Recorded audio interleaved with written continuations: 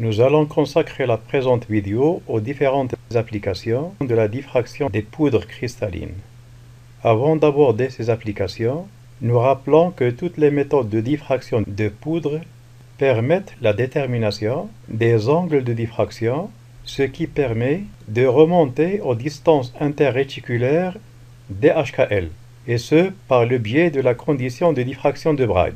Ces distances sont spécifiques du réseau, à savoir qu'elles dépendent de la forme et des paramètres de la maille. Certaines méthodes de diffraction des poudres, et en particulier celles utilisant la méthode de diffractomètre automatique des poudres, ces méthodes permettent la détermination des intensités IHKL des pics de diffraction. Comme nous l'avons signalé dans la vidéo consacrée aux facteurs de structure et à l'intensité, ces intensités sont spécifiques de la structure cristalline, puisque l'intensité dépend du facteur de structure et ce dernier dépend étroitement de la position des atomes dans la maille. Les données DHKL et IHKL sont caractéristiques d'une espèce cristalline bien définie. Ainsi, le diagramme ou spectre de diffraction, ce qu'on appelle aussi des fois diffractogramme, peut être considéré comme une carte d'identité ou empreinte digitale de l'échantillon étudié. Toutes les poudres cristallines vont avoir un spectre de diffraction contenant un certain nombre de pics de diffraction ayant chacun un angle de diffraction bien précis et une intensité bien précise. Les pics de diffraction de deux matériaux différents ne vont avoir ni les mêmes angles de diffraction ni les mêmes intensités. Ceci étant dit, les différents cas d'application des spectres de diffraction des poudres cristallines sont les suivants. La caractérisation d'un matériau, l'identification d'un matériau, l'analyse qualitative d'un échantillon, l'analyse quantitative d'un échantillon, et enfin la détermination du système cristallin et indexation des raies de diffraction. Les trois premières applications ont fait l'objet des deux dernières vidéos. Quant à la présente vidéo, elle va être consacrée à la quatrième application, à savoir l'analyse quantitative d'un échantillon. Cette analyse est possible parce qu'en effet, l'intensité d'un pic de diffraction est proportionnelle à la quantité de substance cristalline qui diffracte. En effet, dans la vidéo que nous avons déjà consacrée aux facteurs de structure et à l'intensité diffractée par une famille HKL donnée, nous avons alors expliqué que cette intensité dépend étroitement du nombre d'atomes que contient une famille réticulaire HKL donnée. Or, le nombre d'atomes d'une famille donnée est d'autant plus élevé que la taille du cristal ou bien la quantité de la poudre diffractée est élevée. Ainsi, par exemple, si on fait diffracter deux quantités, l'une double de l'autre, d'une poudre cristalline donnée, les spectres de diffraction qu'on obtiendrait seraient alors comme suit. Le premier spectre est celui qu'on obtient lorsqu'on fait diffracter une masse petit m, et le second est celui qu'on obtient lorsqu'on fait diffracter une masse 2m du même composé. Les pics de diffraction sont alors exactement les mêmes, puisque ce sont ceux qui caractérisent le même échantillon, mais leur intensité n'est pas la même. Et comme la masse utilisée dans le deuxième cas est le double de la première masse utilisée dans le premier cas, l'intensité de chacun des pics va se trouver alors dédoublée en passant de la quantité m à la quantité 2m. Nous signalons au passage que dans n'importe quel spectre de diffraction de poudre, les raies les plus intenses se trouvent généralement aux faibles angles, alors que les pics ayant une faible intensité correspondent au cas où l'angle de diffraction est assez élevé. Chose qu'on remarque aisément pour les pics de diffraction d'une même famille, de l'ordre le plus petit à l'ordre le plus grand. Ainsi, par exemple, le pic 1,00 d'une substance cristalline donnée, et qui correspond donc à la diffraction du premier ordre de la famille 1,00, va être plus intense que le pic 200 correspondant au deuxième ordre des diffractions de la famille 100, et ce dernier est plus intense que 300, et ainsi de suite. L'illustration de ce qu'on vient de dire peut se faire de la façon suivante. Pour ce qui concerne la famille de plans réticulaires 100, c'est la famille qui contient la face BC. Le plan représentant cette famille est le premier plan venant après le plan central, à savoir le plan passant par A sur 1, à savoir par A, et il est parallèle à B et C. La distance de ce plan avec le plan précédent, à savoir le plan central, correspond au paramètre A de la maille. Par voie de conséquence, la distance interréticulaire de la famille 100 n'est autre que le paramètre A. L'angle de diffraction de la famille 100 au premier ordre peut être obtenu par la relation suivante. 2D100 sinus θ 100 est égal à 1 fois lambda. Et comme D100 est égal au paramètre A, cette équation devient 2A sinus θ 100 est égal lambda. L'angle de diffraction de la famille 100 au premier ordre est alors égal à arc sinus lambda sur 2A. Pour ce qui concerne maintenant l'angle de diffraction de la famille 100 au deuxième ordre, on l'obtient par l'équation 2D100 sinus θ 200 est égal à 2 lambda, soit 2A sinus θ 200 est égal à 2 lambda. Par voie de conséquence, l'angle de diffraction au deuxième ordre de la famille 100 est égal à arc sinus lambda sur A. Quant à l'angle de diffraction du troisième ordre de la famille 100, il doit vérifier l'équation 2D100 sinus θ 300 est égal à 3 lambda, soit 2A sinus θ 300 est égal à 3 lambda. Ce qui conduit alors à θ 300 est égal à arc sinus 3 lambda sur 2A. D'après les expressions des trois angles de diffraction, on peut en conclure que θ 300 est plus élevé que θ 200, lui-même plus élevé que θ 100.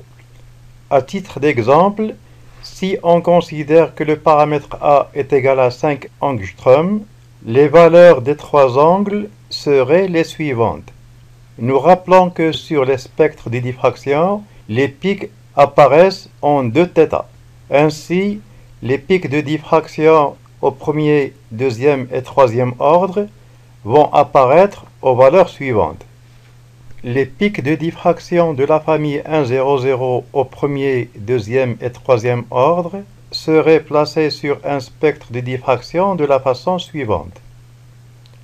Le pic de diffraction au premier ordre apparaîtra alors le premier, suivi du pic de diffraction au deuxième ordre, puis du pic de diffraction du troisième ordre.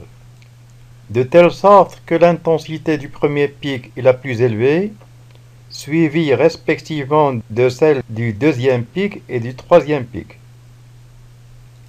De façon générale, la décroissance de l'intensité des pics en allant des faibles angles de diffraction aux grands angles de diffraction peut s'expliquer par le fait que l'intensité d'un pic donné dépend du facteur de diffusion des atomes contenus dans le plan qui est en train de diffracter et que ce facteur de diffusion décroît quand θ croît, comme on peut le rappeler par la figure suivante. En effet, sur cette figure, qui montre l'évolution du facteur de diffusion Fj d'un atome J en fonction de sinus θ sur lambda, on voit bien que Fj n'est pas constant, mais il décroît au fur et à mesure que sinus θ sur lambda augmente, à savoir au fur et à mesure que θ augmente, puisqu'en diffraction, θ est compris entre 0 et π sur 2, et dans ce domaine, le sinus est croissant. Nous rappelons que le facteur de diffusion représente en fait le pouvoir de diffraction d'un atome donné, et que ce pouvoir dépend de l'angle de diffraction mais dépend également de la taille de l'atome. Les atomes les plus gros sont les atomes qui diffractent le plus. En résumé alors, comme l'intensité d'un pic de diffraction est proportionnelle à la quantité de substance cristalline qui diffracte, une analyse quantitative est alors possible. Les mesures des intensités des pics de diffraction, dans ce cas, devraient être très précises, donc effectuées sur diffractomètre automatique de poudre. Et disposant alors du spectre de diffraction de poudre d'un mélange M de composés cristallisés, C1 à Cj, on peut alors déterminer les concentrations massiques petit c1 à petit cj dans le mélange M des différents constituants. La comparaison de l'intensité observée d'un pic donné, le plus intense de préférence, appartenant à l'un des constituants Cj, comparaison donc à l'intensité du même pic déduite d'une courbe d'étalonnage du composé Cj, donc cette comparaison va permettre en principe de remonter à la composition du constituant Cj dans les mélanges étudiés. La comparaison de l'intensité observée d'un pic donné du mélange M, pic appartenant au constituant Cj, donc cette comparaison peut se faire avec l'intensité du même pic du constituant Cj dans un mélange M', contenant exactement les mêmes constituants C1 à Cj, mais en composition cette fois connue, petit c1 dans M' à petit cj dans M'.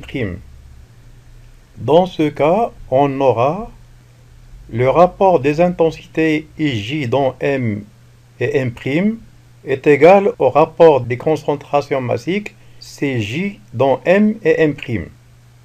La concentration Cjm recherchée aura alors l'expression suivante. Nous signalons toutefois que cette méthode n'est fiable que lorsque les différents constituants ont des coefficients d'absorption voisins, pour qu'il n'y ait pas d'effet d'absorption par la matrice, c'est-à-dire pour qu'il n'y ait pas atténuation des intensités du composé Cj par les autres composés constituant le mélange. Pour remédier dans le cas général à l'inconvénient de l'effet de matrice, on peut ajouter dans le mélange M une quantité bien déterminée C étalon connu d'un composé cristallisé donné qu'on appelle l'étalon interne et n'entrant pas initialement dans la composition du mélange M étudié. Dans ces conditions, les raies de l'étalon seraient alors absorbées de la même façon que celles des autres constituants du mélange. On note alors les rapports d'intensité IJM sur I étalon M, à savoir l'intensité d'une raie du composé J sur l'intensité d'une raie du composé étalon. Les intensités considérées doivent être de préférence celles des pics les plus intenses dans le composé Cj et dans l'étalon. Dans ce cas, le rapport des intensités IJM sur IJM' devient comme suit. Et l'expression de la concentration massique Cjm sera alors la suivante. D'un autre côté, le rapport des intensités cette fois de l'étalon dans les mélanges M et M' aura l'expression suivante. Cette expression va nous permettre de remonter facilement à la valeur de la constante K par le biais de l'équation suivante. La valeur de K trouvée sera alors introduite dans l'expression de l'équation 2, ce qui permet d'avoir aisément donc la concentration massique du composé grand Cj dans le mélange M. Pour ce qui concerne maintenant les pics de diffraction aux faibles angles, il se peut, comme c'est le cas de la figure, il se peut qu'un pic ayant un angle faible ait une intensité plus faible que celle d'un pic voisin ayant un angle plus élevé. Dans ce cas, le pic le plus intense provient de la famille où la densité atomique est la plus élevée. Pour clore cette partie, ne faisons remarquer que l'intensité des pics de diffraction dépend, comme on l'a expliqué tout à l'heure, de la quantité de la poudre cristalline irradiée par les rayons X, mais ça dépend aussi du temps d'acquisition des intensités des pics de diffraction. Et c'est pour cette dernière raison que le temps d'acquisition doit être le même pour tous les pics de diffraction. Sinon, les intensités des pics de diffraction ne peuvent pas être comparées. Le temps d'acquisition des intensités des pics de diffraction doit être alors le même et le temps de mesure pour tous les pics correspond exactement à 1 seconde. Et c'est pour ça que l'intensité des pics est notée en coups par seconde, à savoir le nombre de photons arrivant sur une cellule d'acquisition par seconde.